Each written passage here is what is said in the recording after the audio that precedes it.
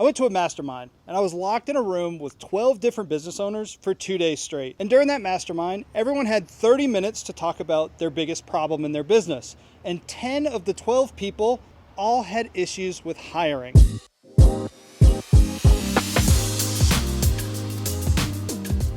Some people were struggling hiring their first employee, some people were hiring their fourth or fifth, and then others were trying to figure out if they made the right hire. So after 2 days, we came up with 3 things that everyone should be focused on when hiring their employees. So the first point is you need to hire when it's uncomfortable for you to hire. You might not have enough money, you might not think you have enough work, but the thing is, if you wait too long, you could burn yourself out.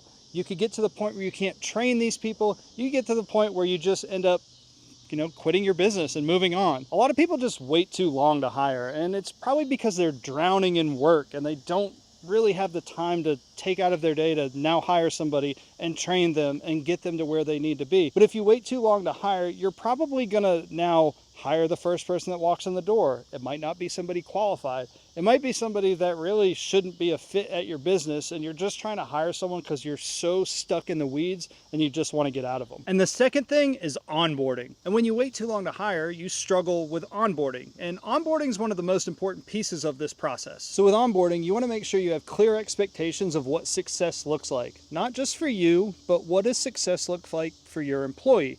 And when you're onboarding them, you've got to take the time to actually train them. I know it feels really difficult if you're stuck in the weeds and you've got a bunch of work piling up.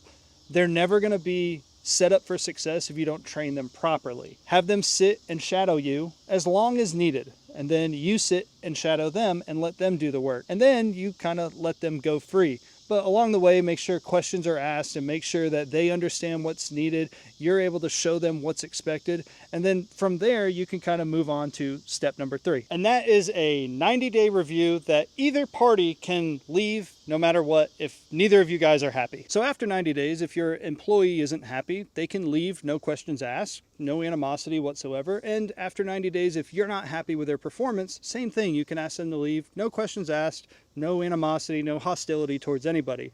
And really what that does is it says, if we like what we're doing, after this 90 days, do we want to continue this transaction? Do you want to continue giving me your skills and I will continue giving you the money that we have agreed upon? Ultimately, right now in today's landscape, hiring is really hard, no matter what way you look at it. Small businesses are struggling, corporations are struggling, people want to work from home, they want to work at the office, they want a hybrid. No one really knows what they want. Top tier talent is hard to find, and if you do find it, they want 30, 40, 50% more than what you were willing to pay. So while hiring is very challenging right now, make sure you get out there and take step number 1. Get an employee, get your next hire in the door before it's comfortable for you. You don't want to get overwhelmed. You love your business. You've built your business. Before you want to throw it away and go back to the corporate world, get somebody in there to help you so it can be the business that you want it to be. Growing a small business is hard. You're stuck, you're frustrated, you're overwhelmed, and you don't have anybody to bounce ideas off of. You're the boss, and watching YouTube videos are great, but let's be honest, you're probably not going to take action after watching one of them.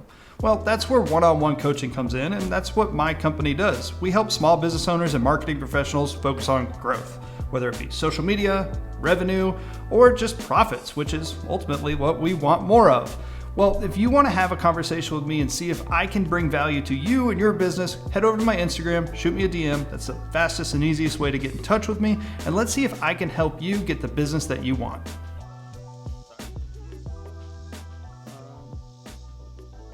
And when you wait too long to hire, you struggle with onboarding because you need,